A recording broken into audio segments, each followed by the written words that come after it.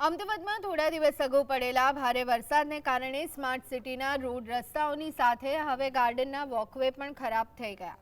શહેરમાં 15 થી 17 જેટલા ગાર્ડનમાં વરસાદી પાણીથી વોકવે તૂટી જવાના કારણે નાના મોટા ખાડા પડ્યા છે અને વોકવે ધોવાઈ ગયા છે, જેના લીધે મોર્નિંગ વોકમાં આવતા લોકોને ભારે હાલાકીનો સામનો કરવો પડી રહ્યો છે।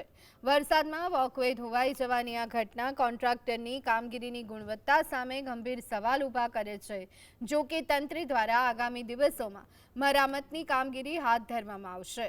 આ ઉપરાંત વરસાદના કારણે શહેરમાં 300થી વધુ નાના મોટા ઝાડ ધરાશાયી થવાની ફરિયાદો પણ સામે આવી છે। વીજ પોલ ને લાઇટના પ્રકાશને જે ડિસ્ટર્બ કરતા હતા કે જેને અડચણરૂપ હતા તે લોકોના પણ અમે ટ્રીમિંગ કરાવી દીધું છે। જ્યારે ગાર્ડનની અંદર 15થી 17 વોકિંગ ટ્રેક હતા જે સિનિયર સિટીઝનને આપણા લોકો જે શહેરીજનો ચાલતા હોય સવારમાં એને તકલીફ પડતી હતી, એવા 15-17 વોકવે જે તૂટી ગયા, જે અમે 2 થી 4 દિવસમાં આ દરેક ગાર્ડનમાં રિપેર થઈ જશે।